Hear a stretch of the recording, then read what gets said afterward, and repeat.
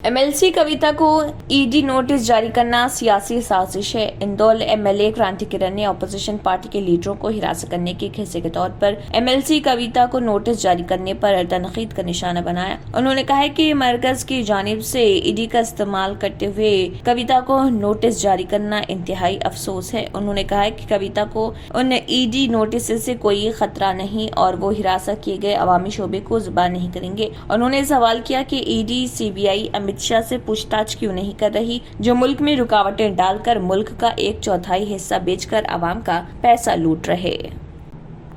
PUC chairman Armoor MLA BRS Nizamabad जिले सदर अश्विन नगरी जीवन रेड्डी को बीआरएस के वर्किंग सदर रियासती आईटी व सनत केटी रामाराव ने मुबारकबाद पेश की। जीवन रेड्डी ने प्रगति भवन में वजीर केटीआर से बशुक्रिया मुलाकात की। इस मौके पर वजीर केटीआर ने जीवन रेड्डी को गुज़िश्ता रोज उनकी यौम पैदाइश होने पर मुबारकबाद दी और जिंदगी में मजीद कामयाबियों की ख्वाहिश की। इस मौके पर जीवन रेड्डी ने वजीर केटीआर का शुक्रिया अदा किया और उन्हें एक पौधा भी पेश किया।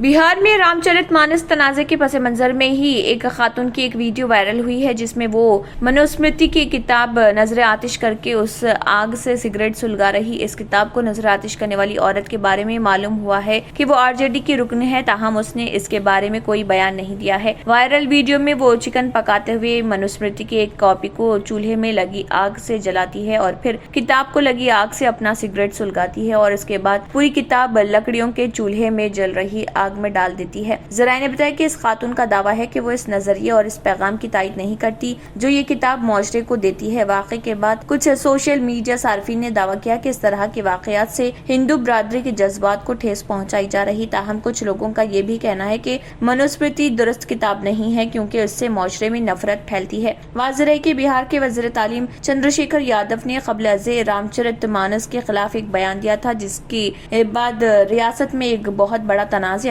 पैदा हो गया। घटिया पाखंडवाद और ढोंग के विचारों पर वार करना है, बस इतना सा मेरा मकसद है का तो नींव और उद्देश्य बहुत पहले जो है बाबा साहब ने रख दिया। बॉलीवुड अदाकार शाहरुख खान के बंगले मन्नत में 2 अफराद के गैर कानूनी तौर पर दाखिल होने के मामले में मुंबई पुलिस ने अहम इंकशाफ किया है। पुलिस का कहना था कि पकड़े जाने से कबल दोनों मुलजिमान शाहरुख खान के मेकअप रूम में तकरीबन 8 घंटे तक छुपे रहे थे। रिपोर्ट के मुताबिक मुलजिमान की शनाख्त राम सर्राफ, केशवाहा, पठान, साहिल, सलीम खान के तौर पर की गई। मुलजिमान ने दावा किया है कि उनका ताल्लुक गुजरात के बड़वच से है और वो पठान से मिलने मुंबई आए थे। ताहम सिक्योरिटी गार्ड्स ने उन्हें पकड़कर पुलिस के हवाले कर दिया। ख्याल रहे कि मुलजिमान के खिलाफ आईपीसी के दफात के तहत मुकदमा दर्ज किया गया है और पुलिस इस मामले की तहकीकात कर रही। सिंगापुर के सुप्रीम कोर्ट के चीफ जस्टिस सुंदरेश मेनन इस बात पर बात कर रहे हैं कि हिंदुस्तान को हिंदू राष्ट्र में तब्दील करने के लिए चड्डी जजों के जरिए हिंदुस्तान के आइन को कैसे हाईजैक किया जा सकता है। देखिए उनका इस ज़िमन में क्या कहना है। Two-part attempt strategy to achieve the stated goal of establishing Hindu Rashtra by 2047, not by overthrowing the constitution, but through interpretation by the Supreme Court of the constitution as a Hindu document. And to do that, the first phase involves appointing judges who are open to looking to theological sources as a source of law. And the second phase, which will now begin, is to appoint judges who will identify the source. Once that is completed in the next 24 years, I think we would be able to safely say that India is a Hindu theocracy under the same constitution as reinterpreted by the Supreme Court.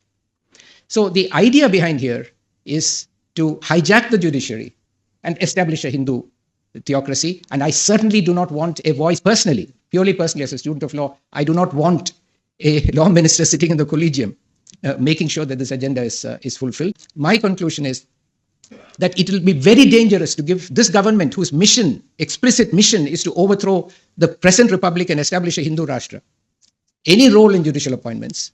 We must preserve and protect the collegium because that is our best hope for now, under the present circumstances. This is not the time to hand over any power or role in judicial appointments into a government that is bent upon destroying the constitutional mission.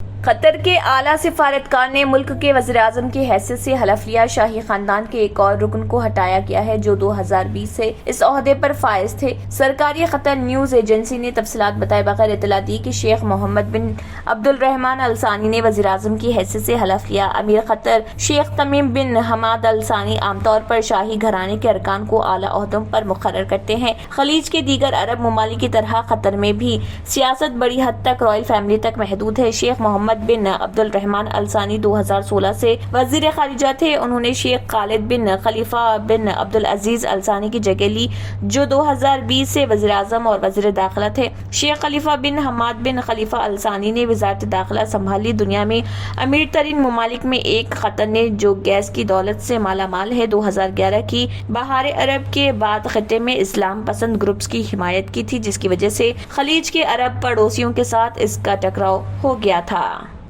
अब आपको गुर्दे में और पित्ते में पथरी यानी kidney stone या गैल ब्लैडर स्टोन होने पर नहीं है घबराने की ज़रूरत। शहर हैदराबाद में सालों से इस इलाज के लिए खानदानी सिलसिले से चला आ रहा है भरोसेमंद नाम RS यूनानी फार्मेसी, जहां पर खास तौर पर पित्ते में मौजूद पथरी और दोबारा पथरी ना होने का किया जाता है मुकम्मल इलाज। आपको इस दर्द से हमेशा के लिए मिल जाएगा छुटकारा। No side effects, no operation. तशखीस करते हुए दवाएं की जाती है फराहम। तो देर ना करे, जल्द ही तशरीफ लाए। RS Unani pharmacy, Bahadurpura X road, opposite Canara bank, Hyderabad. మజీద్ తఫ్సీలాత్ के लिए రబ్త్ करें। 2 సంవత్సరాల క్రితం మా ఆయన పనిచేసే ఫ్యాక్టరీలో అగ్ని ప్రమాదం జరిగింది. కంపెనీ లాస్ అయింది. నా భర్త డిప్రెషన్లోకి వెళ్లారు. బాబా రజాఖాన్ బంగాళీ అంతా బాగుచేశారు. ఈ రోజు మా కంపెనీ భారతదేశంలోనే #1 ఎక్స్పోర్ట్ కంపెనీ అయింది. నేను నిజాయితీగా పనిచేసినందుకు గత 3 సంవత్సరాలుగా ఒకే పోస్ట్ మీద పనిచేశాను. కానీ బాబా రజాఖాన్ బంగాళీ ఆశీర్వాదంతో వెంటనే ప్రమోషన్ వచ్చింది. ఇప్పుడు నేను జనరల్ మేనేజర్ అయ్యాను. ఎవరితోనైతే నా అఫైర్ ఉందో నేను అతన్నే పెళ్లి చేసుకోవాలనుకున్నాను. కానీ వాళ్ళ ఇంట్లో వాళ్లకు ఇష్టం లేదు. వాళ్ళ అబ్బాయి కూడా వాళ్ళ మాట వినేవాడు. కానీ బాబా రజాఖాన్ బంగాళీ చమత్కారం చేశారు. అప్పుడు మా పెళ్లికి అందరూ ఒప్పుకున్నారు. ఉద్యోగం, వ్యాపారం, ఇంటి పోరు, ప్రేమ వివాహం, చేతబడి చేయబడిన వారు, భార్యాభర్తల మధ్య గొడవలు, పెళ్లిళ్లలో ఆటంకాలు, సవతిపోరు, ముట్కార్నీ వశీకరణ స్పెషలిస్ట్. నేను చేసిన పనిని ఎవరైనా సవాల్ చేస్తే వారికి నగదు బహుమతి. బాబా రజాఖాన్, दिलसुख नगर, हैदराबाद। माँ फोन नंबर 9866372438। अगर आपने हमारे चैनल को अभी तक सब्सक्राइब नहीं किया है तो यहाँ पर रेड कलर का सब्सक्राइब बटन दिख रहा है, उसे क्लिक करें और हमारे चैनल को सब्सक्राइब कीजिए और साथ ही साथ बेल आइकन को भी क्लिक कीजिए जिससे आपको ताज़ा अपडेट मिलती रहे।